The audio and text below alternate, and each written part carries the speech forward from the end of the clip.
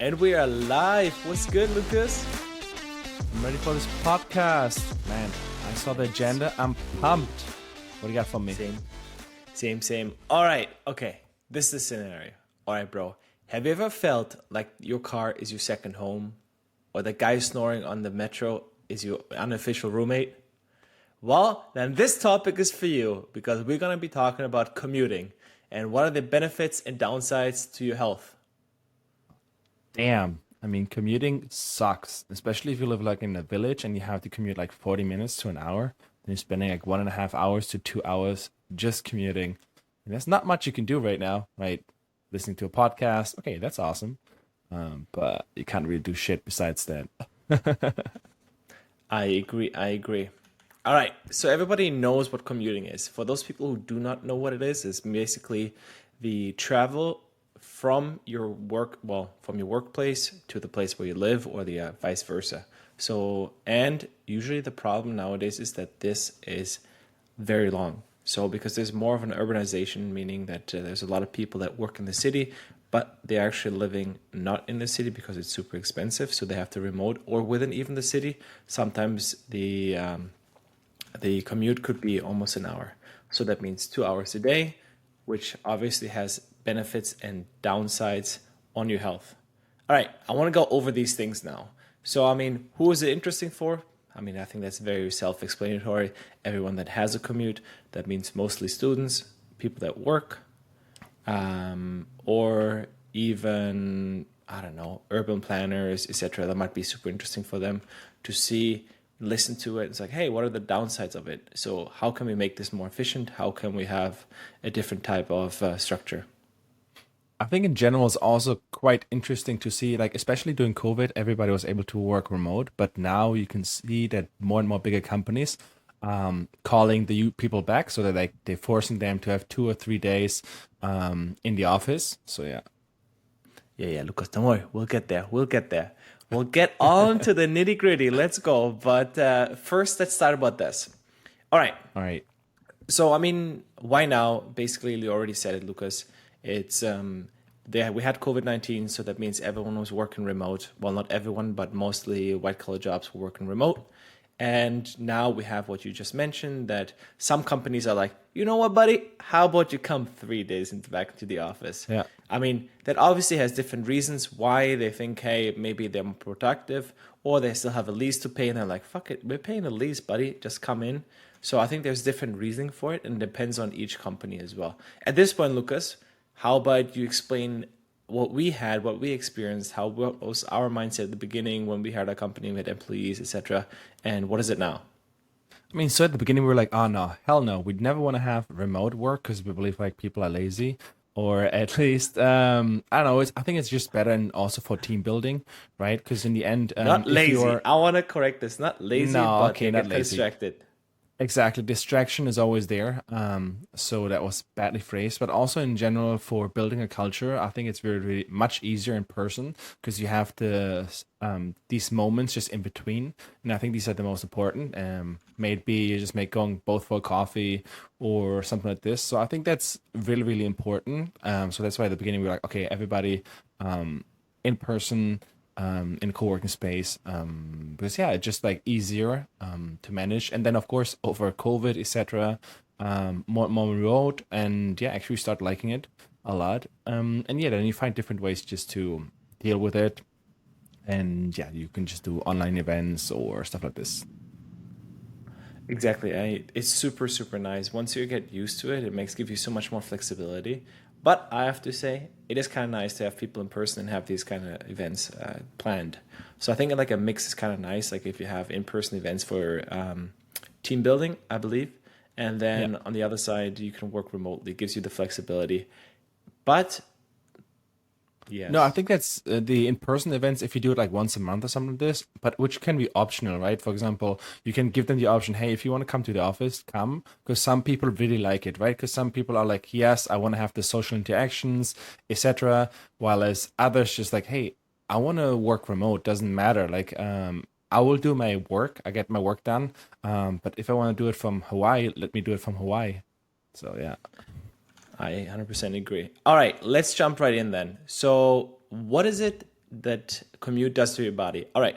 So commuting, there has been a lot of studies and has shown that commuting causes a lot of stress for the user. Well, not the user, but the person who actually does it. It even is that extreme that these people tend to have depressions or depression-like symptoms. So insane. This is like everything a commute over an hour per day has these kind of symptoms or can have these symptoms. It's more likely to have it, which is crazy. I mean, my question there is like, imagine, I mean, of course, if you think about it, you're wasting 2 hours a day, and that's probably getting away from your sleep. So, I mean, you start working at now 8 or 9, something like this. Need an hour to commute, an hour to get ready, have breakfast. So then you have less sleep. And I'm sure that has also an impact why people tend to be there more or have symptoms of depression or like feeling stressed out. Because, of course, if you sleep less, everything just goes to shits. But yeah, it's a different story. 100%. This is actually why. So, because there's so much reduced sleep, and there's also another thing that's the reasons like why. So, if there's a huge difference between people that see like the commute as a purpose, they're using the commute to do something else, versus the people who do not. So that means if you see it like, oh, I have to fucking do it. Whereas we're like, oh, all right, I'm gonna do my Duolingo. I'm gonna learn Spanish. I'm gonna learn Italian, etc. It's gonna be so different in terms of the outcome. It's like it plays into the role of, are you gonna put yourself in the victim role or the victor, right? Yeah. If something happens to you, you're always gonna feel negative. You have these negative connotations. But when something happens for you, you have a much different outlook on life and the situation, which tend to be have less stressful for you in person. All right, another negative side is the sedentary related health issues. Well, this is basically any kind of job that you sit, sedentary. So that means you have problems with your back. That can cause other issues in your life that you're not because you have issues in your back. You're not going to be more active, etc. It's just another thing. My question there is like now more and more places offer like a standing desk, etc. I would love to know whether there's an impact or something like this, like a study showing, hey, spaces or workplaces where they offer a standing desk or the option of it like people have reduced back pain. Do you know whether there's something like this exists or just in my mind, hoping for that? Could you repeat that again? So basically, right now you said right if you're sitting all the time you have a lot of back pain. Now in companies or co-working spaces where they also offer the option to have a standing work desk, whether there is a reduced like back pain, etc. Well, I'm sure there is. I mean, I've no idea. I didn't do the research on the studies, but it works. I mean, we have tried ourselves as well. We have standing desks, and it's really nice. I like it. Makes a huge difference. Also, a little bit of stretching in between is But great. honestly though, how often do we use the standing desk? I mean, we go to Well, the thing is, like, it's the difference is we go to the gym during midday, right? So exactly. we stand up for an hour and a half at least or 2 hours. So there's a huge difference. But while or when we were not working, well, when we went to the gym at nighttime during the day, I was using it more often because I Yeah. felt like, oh my God, my back is getting tense, etc. And it's also different because I get up or do something a little bit every couple of minutes, like I don't know, like every Yeah. 20, 30 minutes. So there's a lot of people that do not do that, right? So they have then these issues. And also you have to consider that we in general live a very active lifestyle. I mean, we get at Yeah. least 10,000 steps in per day versus most people do not. So they don't even have anything that compared to, and they don't work out. So they don't have a lot of back muscle or core muscle to compensate for all these kind of issues, right? Yeah. What So, else, all man? right, Give me the all next right. risk. Give me the next Well, this is risk. still another risk is obviously if you do a 2 hour commute, what is gonna fucking suffer from that? Personal time. Well, how does that play an impact, right? If you have less personal time, you have less time for yourself and your friends and family. When you have less time, that means humans are social beings. If you can't socialize, that has an impact on your mental health. The mental health has an impact again on your physical health. So it's all kind of a spiraling down and fucking insane. So this is something that needs to be addressed for some people. My question there is though, do you think like what are the solutions for that one, right? So All right. For example, do you think that some employees or employers will just start counting, like, I don't know, half of the commuting as work hours or something like this to like counter that? Or yeah, So I how do think you think that go?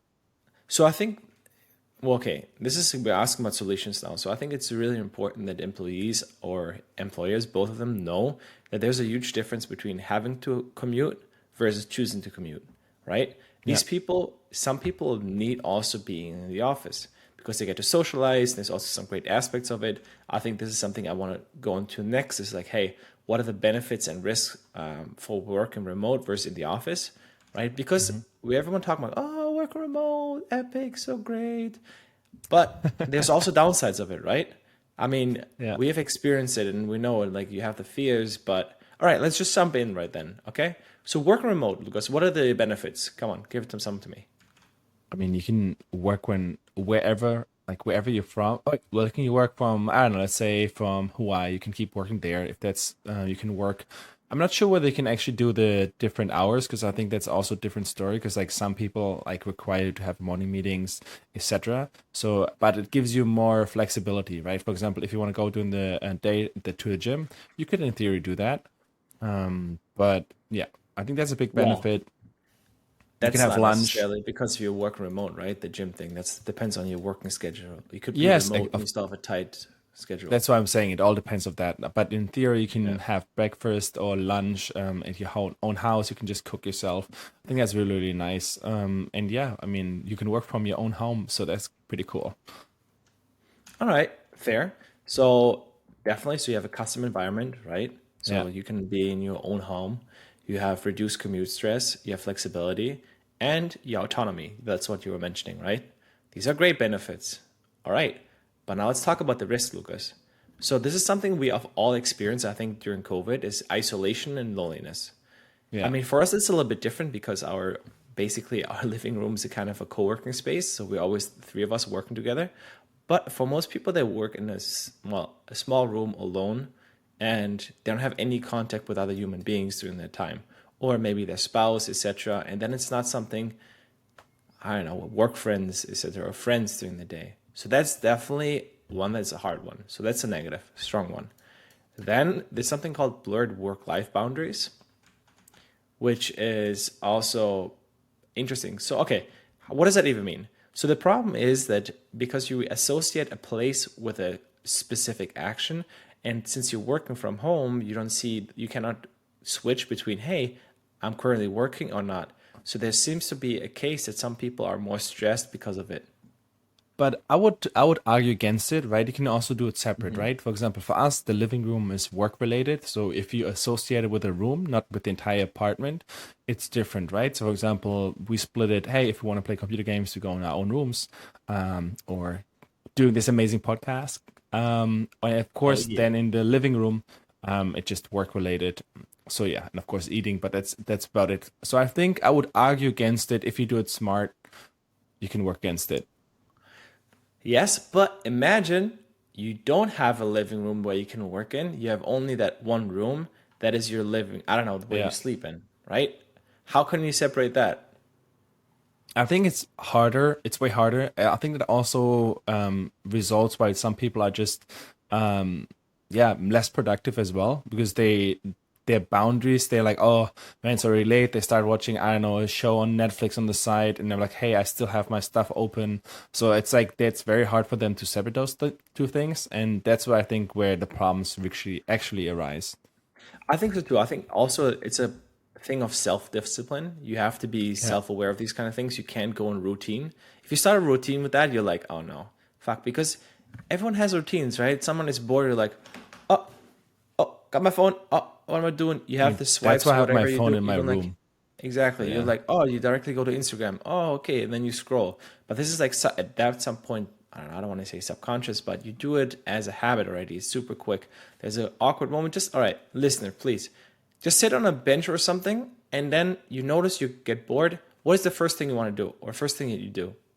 I'm telling you, it's gonna be on going on your phone and just doing something. You cannot just sit on the bench just straight, or on your just sit on your chair 1 minute and Yeah. not do anything. It's really, really hard. All right. That's But true. let's come to the hated in office work. What are the benefits, Lucas? And then let's go to the Well, risk. in office, obviously, you have colleagues, a lot of colleagues there. But I want to be a devil's advocate here. For example, with a lot of friends who have to go at least 2 or 3 days back to the office. But the problem is because a lot of people are not in the same schedule with the office, that the office is empty as well, right? So that's a benefit. And as well, right now, it's like, is it really a benefit? So yeah, so I would say in theory, you have all the people there, your friends or co-workers. So let's assume it's the best case scenario, right? Everything is Yeah. planned properly, not like mismanaged, because that's mismanagement, bro. If everyone is working remotely, but you're the one who has to go in, that kind of sucks, man. You're a part of the team, but the team's not even there.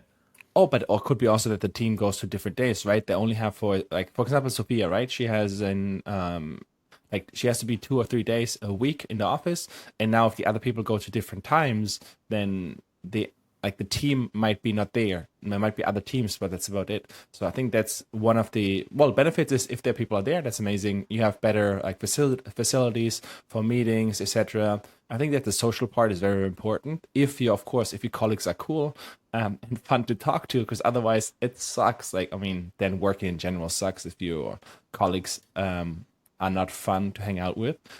But yeah, All right, so we got the social interaction, structured environment, well, clearly a work-life separation, and immediate support, which is kind of nice because, man, we've been there, right? If you want to really yeah, show something on a computer, it's still different in person versus online. I don't know, oh, that's for my sure. opinion. And it makes it much, much easier and faster because communication is key and it is so much easier. And sometimes you text someone on Slack and no response. We totally forgot the most important part, Mark. You can't do Free white coffee? boss sessions. Can't do Oh, white boss sessions. all right, So guys, you guys Mark, have to know Lucas has a exactly. fetish for fucking whiteboard sessions. This guy gets Uh, rock solid when you say whiteboard like session. He's like, like Mark is any better. Mark's like, oh, you want to do another whiteboard session? bro, So I'm you're sure next level with this. it runs in the family. All right, I guys. All mean, right, who so doesn't this like a good whiteboard session?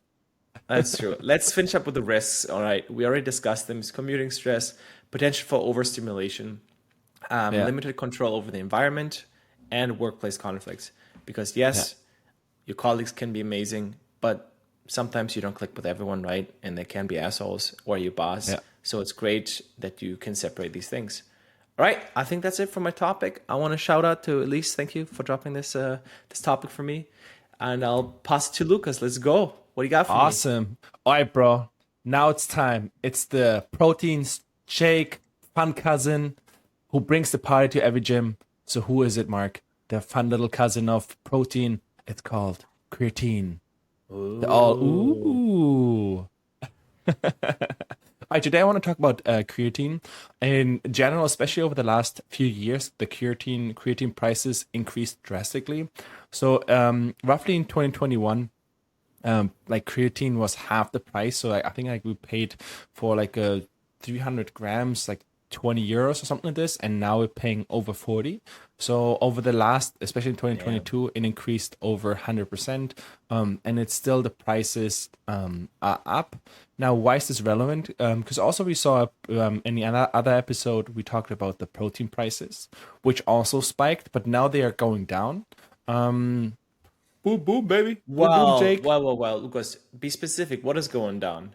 All right, The raw so material or the actual price for the so consumer? the raw material of protein, as I mentioned, the other one is actually now back to before the crisis because protein prices doubled. But I can also see in some retailers my protein is a little bit cheaper now. They reduced the prices a little bit. So it is it's getting better at least. So, but the other part is in creatine, we haven't seen that happening.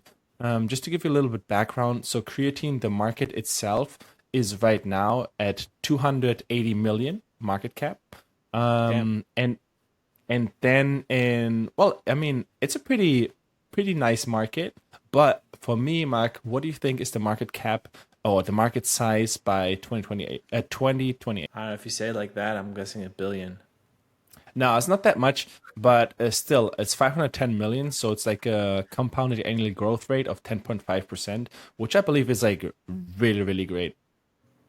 So, all right, this is super great, big, but it just made me think about a podcast that we listened to the other day. And how big is the freaking market for pre-workout? Because you think creatine 590 million, it's a lot, but I think pre-workout, that's fucking massive. Maybe we should talk about this in another episode. Let's just put it on the list because I think that's a totally different insight in general. Like energy drinks and this kind of pre-workout, Yeah. insane market. Yeah, I mean the global pre-workout market size is 13.15 billion. So Damn. yeah, and it's gonna hit by that was by 2022, right? And Think by about pre-workout. Who fucking yeah, takes yeah. pre-workout besides Oh, gym crazy rats? people. Yeah. I mean, right now that's okay, let's talk on another podcast on that one because also you Yeah. can see like for gamers that they basically reusing pre-workouts but just making it more expensive. But also like But does it pre-workout. consider a pre-workout then? Or is it a Well, gamer energy? no, they call it gamer energy, but if you look at the Yeah, but what is ingredients, it the same considered? stuff.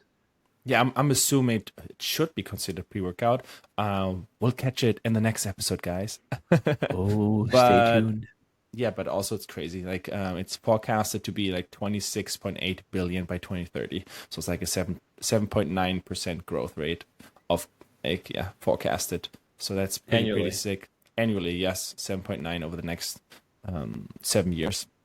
So yeah, that's pretty crazy. Now coming back to creatine. So what is actually creatine, right? Because people are like, oh no, is this steroids? Is it anabolic steroids? At least that's what our parents always used to say in the past. And now we got our parents to actually take creatine. So what is creatine? Basically, our body. So creatine is basically imagine it's the energy source for our cells, right? It's called ATP, and our cells need this ATP to produce energy. That's why also creatine is very, very useful for brain functionality or quite useful there, and that's why it can give you more energy, as well as it can increase your brain functionalities and help with memories, like short-term memories, etc. So memorization. So that's why we also give it to our parents. Yes, Mark.